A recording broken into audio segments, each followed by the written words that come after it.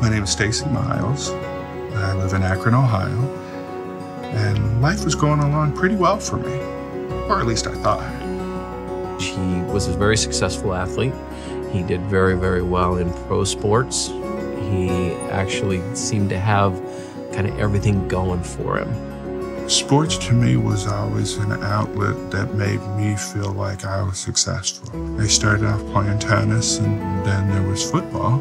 And as I progressed, through high school and college, it became something that was always still enjoyable to me, and became possible that I could go ahead and play at a higher level.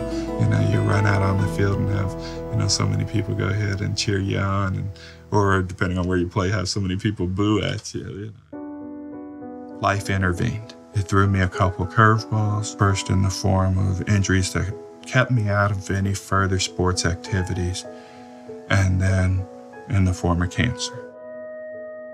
I had a lot of ups and downs in my relationship with Jesus Christ early on, because materialistically things were doing well.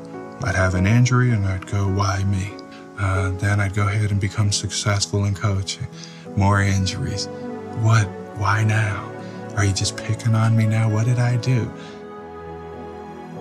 My life is like just this huge puzzle, and I'm not sure how to put it together.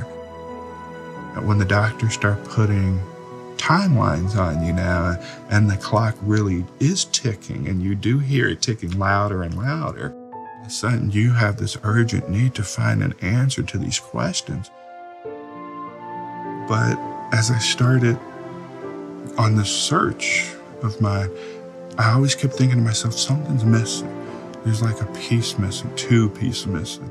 Stacy and I met in an unusual way. He needed crutches in order to continue to walk, and he had heard about our crutches that we manufacture. We just trade telephone calls every now and again. And here I am in Ohio, and here he is in Utah. And we had struck up an amazing friendship during the course of him solving my problem with crutches, of all things.